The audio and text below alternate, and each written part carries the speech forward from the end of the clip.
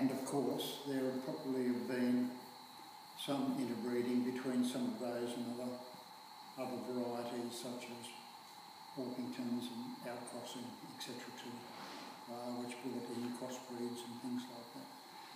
So when you look at it from a pure craig point of view, the genetic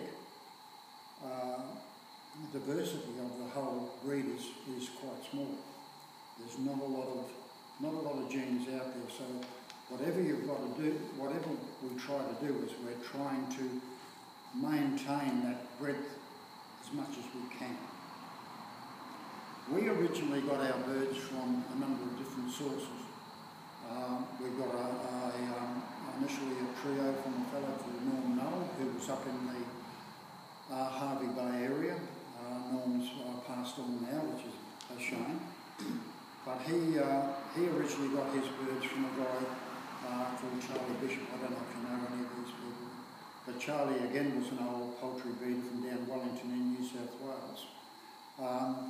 And when Norm got them, he bred his crows as a closed flock for about 14 years before we got them. And since we've had them for about another 12 years now, and we've kept them as a closed flock as well. So we know at least that for 26 years they've been pure crow. About a year after we got Norm's birds, we got a trio from the Brothers down in Victoria, and we've actually had two lots of McDonald birds. We had the first one in about 1999, we got them, and we got the next lot just a couple of years ago in 2009, when they went out of crows. And there's a couple of reasons as to why they went out of them. If you've ever been to McDonald Brothers, they're down on the Mornington Peninsula down in Melbourne, and they're only on a residential block. And they have quite a number of different breeds of birds. And when you get a heavy soft feather in amongst a residential area, they can be quite rowdy. And they were getting a bit pressure. We got another lot of birds from a fellow called Peter Plunkett, who was from Bathurst in New South Wales. Again, he's deceased, I'm afraid. It's a bit of a worry, isn't it, when you've got crows. And then we also created 3 lines of our own, where we intermixed all of these other breeds in all different proportions. Some we didn't have the last lot of the McDonald birds in, and some we didn't put Plunkett in, and that we created 3 other breeds of our own. And we've had them going for quite a number of years at this stage. The only other birds that we did get, we got some blue ones from a fellow called Tony McKenna down in Grafton, and they were originally got from the Plunkett line as well. So that's what we started off with. It was about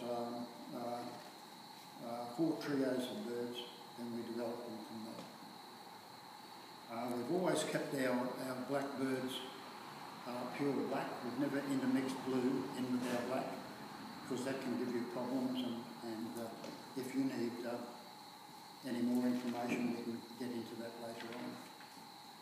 So with our initial operations, we thought, okay, it would be good if we've got custody, say, of Norm's birds that he had. It would be nice to keep his line pure. It would be nice to keep the McDonald line pure and the Plunkett line pure, and keep those genetics for later on, for other people to be able to use.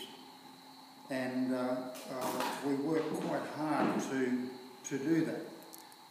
We developed families within each of those particular lines.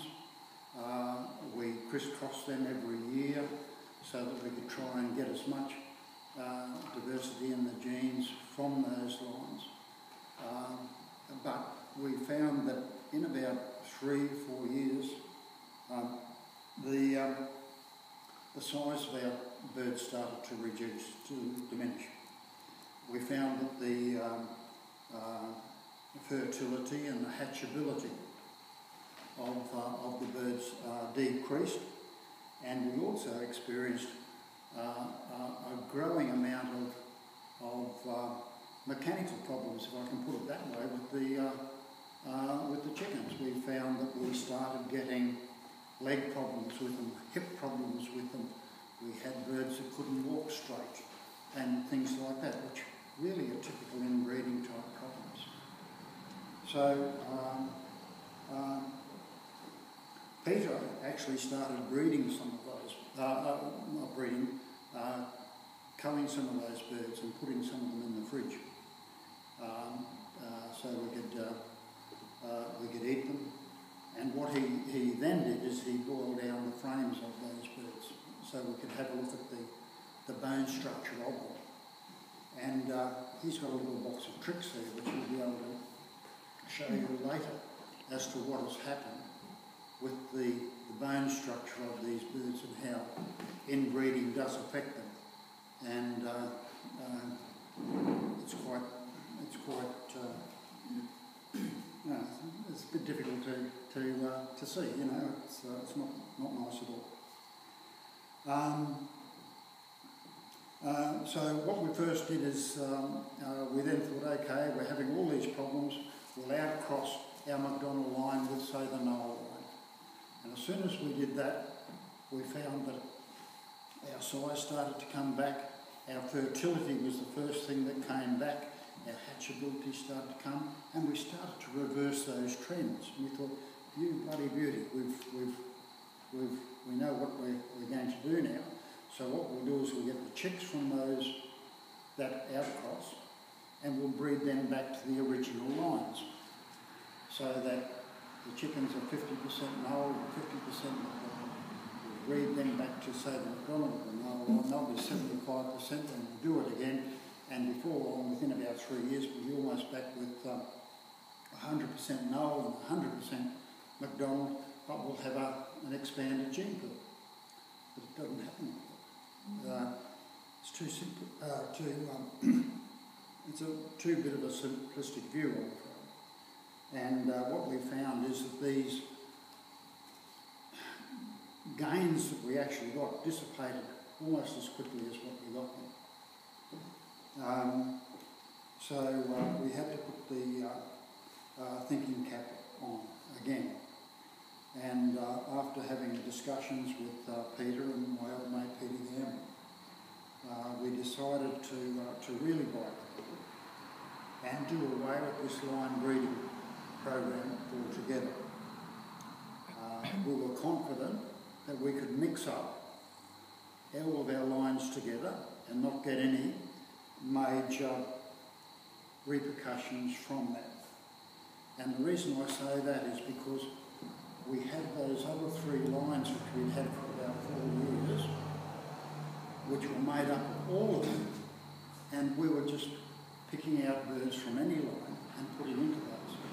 And those 3 lines were going ahead a lot better than what the original ones were. They were, the chickens were healthy, they were growing, our fertility was up to about 85%, hatchability was good, the birds are getting better at walking and being able to get around normally and walk with a normal gait instead of being very stilted as to how they walked and got around.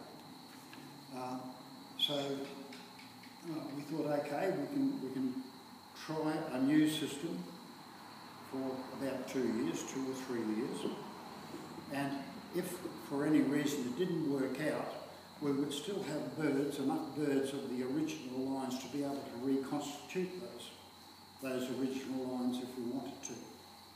So we then decided to change it around.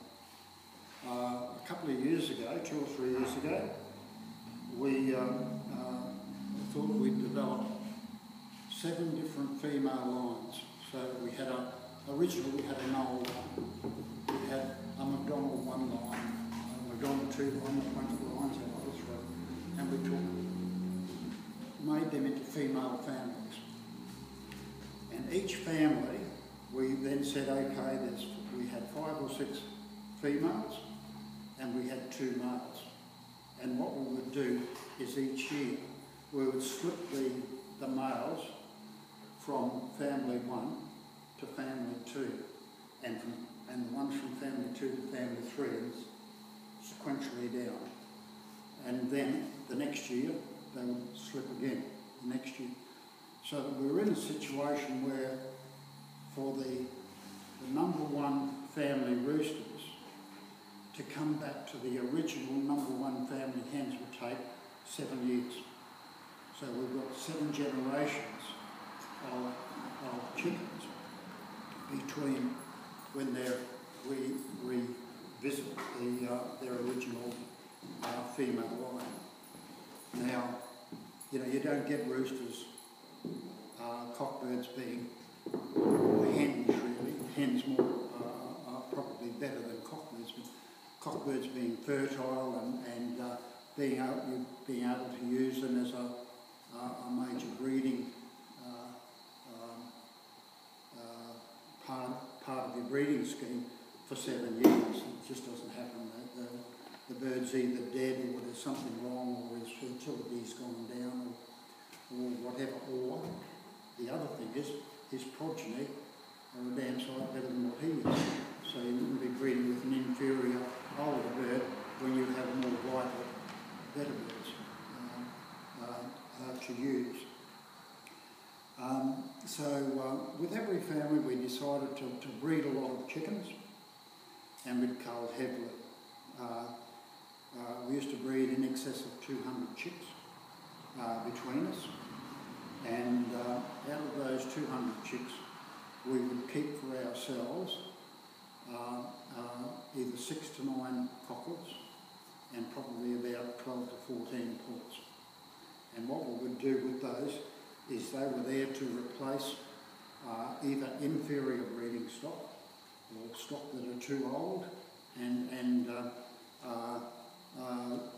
really ones that we felt we didn't require in our breeding scheme the next year.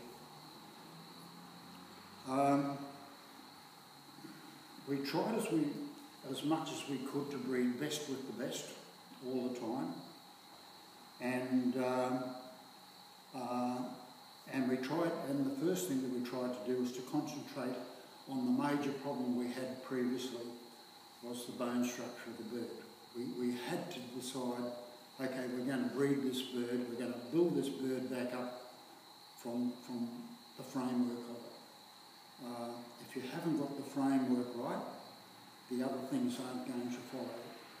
If your keel bone's not the right shape, or not the right length, your bird's not going to stand up how you want it. It might be flatter along the ground like a Rhode Island red, but a Crota's an upstanding bird, and the length of that keel bone and the curve in that keel bone is a major thing that you've got to have in it. If you haven't got that, you won't get the type that you're chasing. So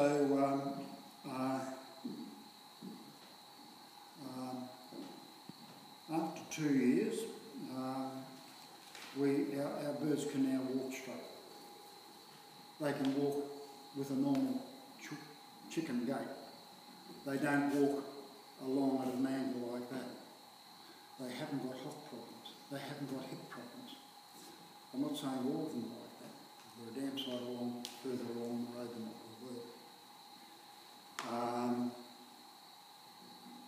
Our size is dramatically improving, and again our fertility and hatchability is up, and they're the major things. The birds certainly have a lot more vigour. Our youngest lot of chickens are twice as vigorous as what they previously were, and we're not culling chickens and very young stock because of bone problems and those sort of things anymore. So we're able to go through our chickens really and select the best out of them, out of 100% of them, not out of 50% of them that we had left after we culled the ones that crop.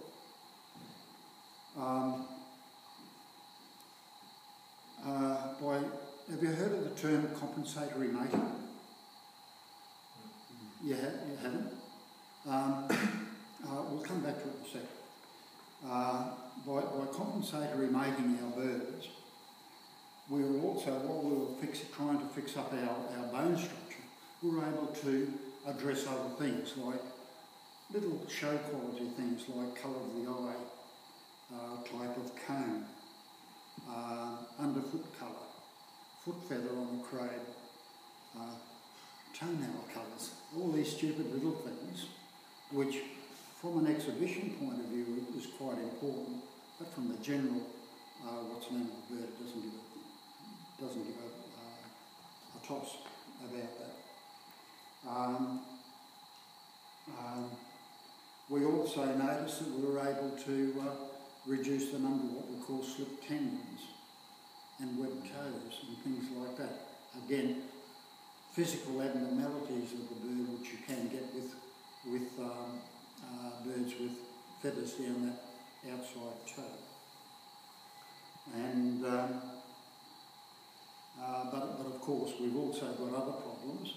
By having different lines, we introduced a few other problems as well, which we hadn't had before, and we've had to go through and correct those as we've gone, and we've been able to do that, which is great. Okay, with regards to compensatory mating, if I can start with it, the major difference between a show bird, if I can put that one that you'd exhibit, and a breeding bird, it's very important. Like a show bird is a bird that is good all over. He's a good all-rounder. He hasn't got any major faults, and he hasn't got many faults at all. He hasn't necessarily got any exceptional qualities either. He's not a bird who's got an exceptional head or an exceptional back line or anything like that. But he just fits together and he's very balanced. And when you look at the bird, everybody will say, oh, geez, look at that bird, he's beautiful. He's all balanced and everything. If you look at a breeding bird, you're looking at a bird which may be not as good as a show bird, but has exceptional points in some areas. He might have an exceptional head. He might have an exceptional type. He might be an exceptionally big bird, which you might be wanting in a utility. So they're things which you are looking for, and by using those birds to mate with hens which might be a bit small in structure but have beautiful type, or they've got beautiful type but their head's not as good as what you require.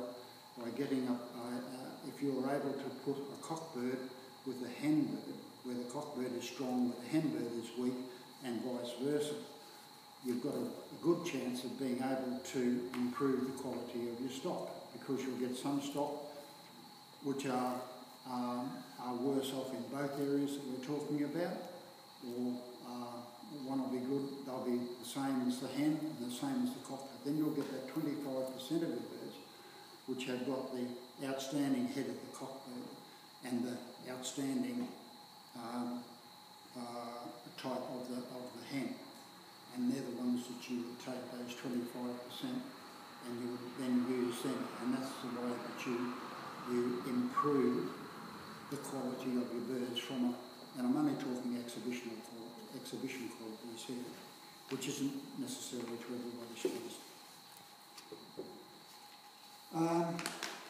To do all of this though, you've got to have some sort of record system. And the trouble with all record systems, we use a multi-purpose PC record system. And the trouble with all record systems is the quality of information that you put into it. So garbage in, garbage out. You put rubbish in your system, you're going to get rubbish out. So that's the first thing to remember. We keep three levels of records. We keep all the records on our breeding pairs because we single mate our birds. We know what cockbird is going with what hen. And we, as you remember, I said we had 2 cockbirds each line. We've got 5 or 6 hens in the line that they're going with. From a complementary mating system, we will take we will match those birds up. We will give them a pair number, and that pair number will stay with them all that breeding season, and it's all kept on records as to what they have. Every egg that the hen lays, and you've got to know where the egg's coming from. You can't run 20 chooks running around and laying in a lot of places and expect to be able to pick out the right egg. You've got to know exactly what egg is coming from what hen. You write the pair number on it, you write the date that it was laid, and then you work out whether that egg is good enough to put in the incubator. If it is good enough to put in the incubator, great, and you'll hatch that chicken out. So normally I fill up an incubator every Sunday night. It's just I do it once a week. Okay. So then you get from the egg setting records that you get, you can work out what the fertility of your roosters are like. You can work out what the hatchability of your eggs are like from those particular pairs. You can eventually, when we get down into another area, you can progeny test your birds. You can identify that I've never got a decent bloody chicken or a bird from this hen. And I've had it with 2 roosters, 2 different roosters at the time. And you said, well, that's not what I want. So that'd be one that you'd move out. I had 2 brothers as 2 roosters the year before last, and one of them with a lot of one half of a female line, and the other one with the other half of the female line. Every one from one rooster was a nice bird. Every one from the other one was a lot of rubbish. So it allows you to move on those. Yet the one that bred a lot of rubbish was the nicest looking bird. So you know, it allows you to do those sort of things. And all of that goes on to help you improve your stock. Our last record that we keep is what we call a chick rating record.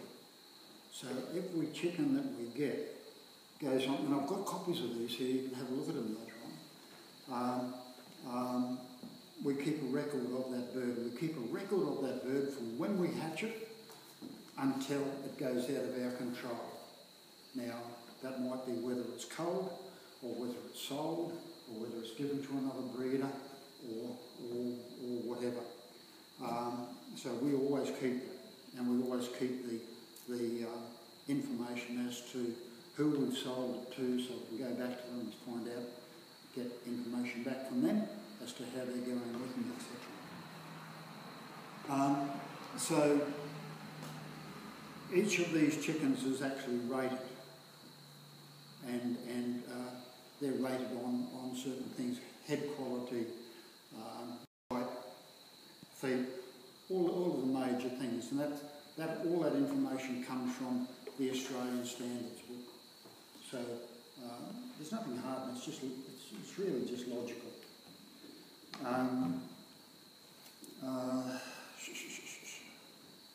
Cool. Okay, now the programs are PC based, and we just run them on Excel. You know, just the old Excel spreadsheets.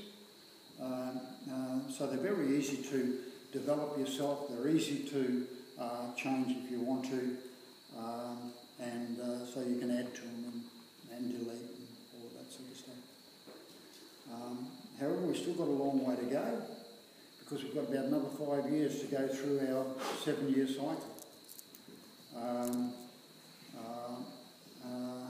But we've learned a heck of a lot sort of undertaking what we've done so far, and we're with the results we've had, we're extremely optimistic about the benefits that we're getting, and well, I think we're seeing probably about a 15% improvement in our birds in the last 2 years that we have used this each year.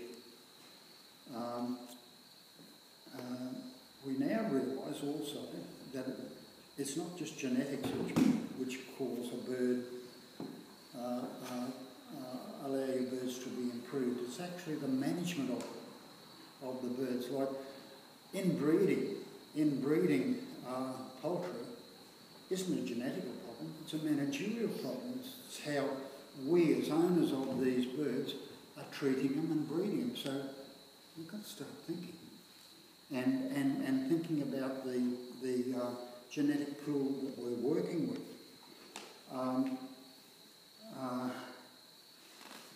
There's another little story I could tell there, but I won't. Okay, so what we have done is we are a little bit lucky in that Peter lives out at Fraserview, which is probably about 3/4 of an hour away from where I am.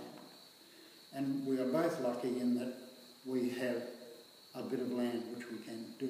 Our neighbours are a fair way away, and we haven't got that. We haven't got the problems that you might have in the city. And so we are able to. I have, of those 7 families, I've got 5 in my place. Peter's got 2 in his place, and that's quite okay. But it causes problems where each year we're rotating birds from my place to Peter's place and Peter's place to my place. Now, that's not the perfect thing to do, but it's working out okay. And at this stage, we've just got to make sure that we keep our quarantine and all of those things right, because we can't afford to muck this up.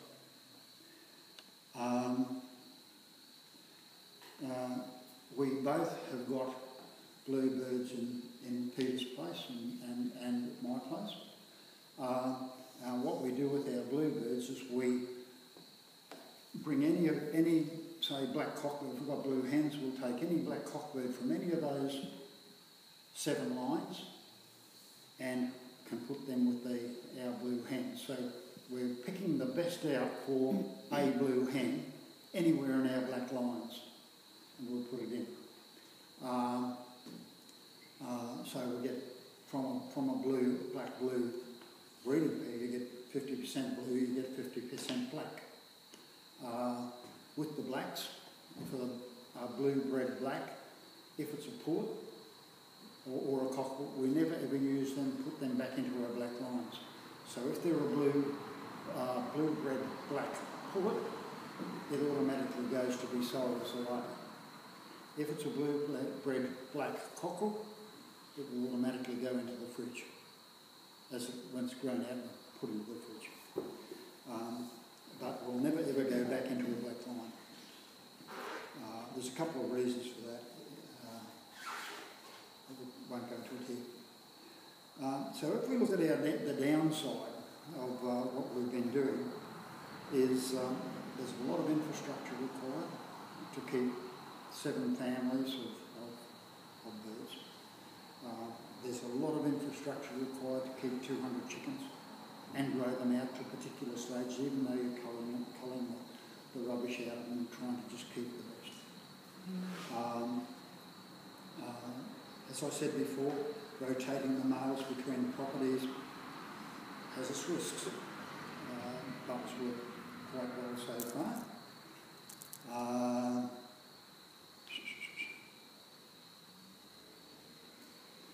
And then there's food costs. You know, the big birds, they eat quite a bit. And chickens like teenage boys, they'll eat the paint off the walls. Food costs can get up, so that's why you're trying to reduce your numbers as quickly as you can. The upside of it is by breeding a lot and culling hard, you can radically improve your stock. Your show stock into breeding stock, and the average quality of your flock. You know, there's two ways of improving the average quality of your flock, is breeding better birds at the top, or by getting rid of the rubbish at the bottom. And probably by improving the average quality of your stock, you've got to do both of them.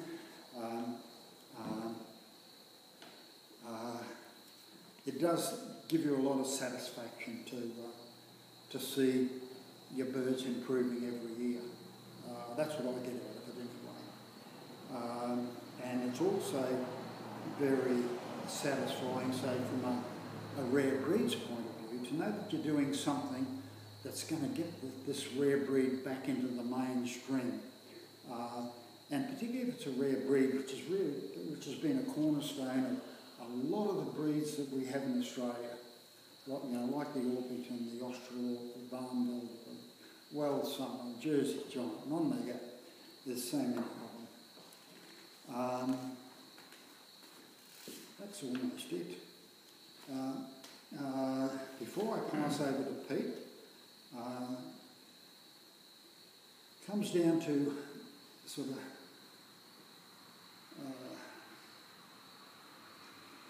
all rare poultry breeders are basically in the same boat to some extent.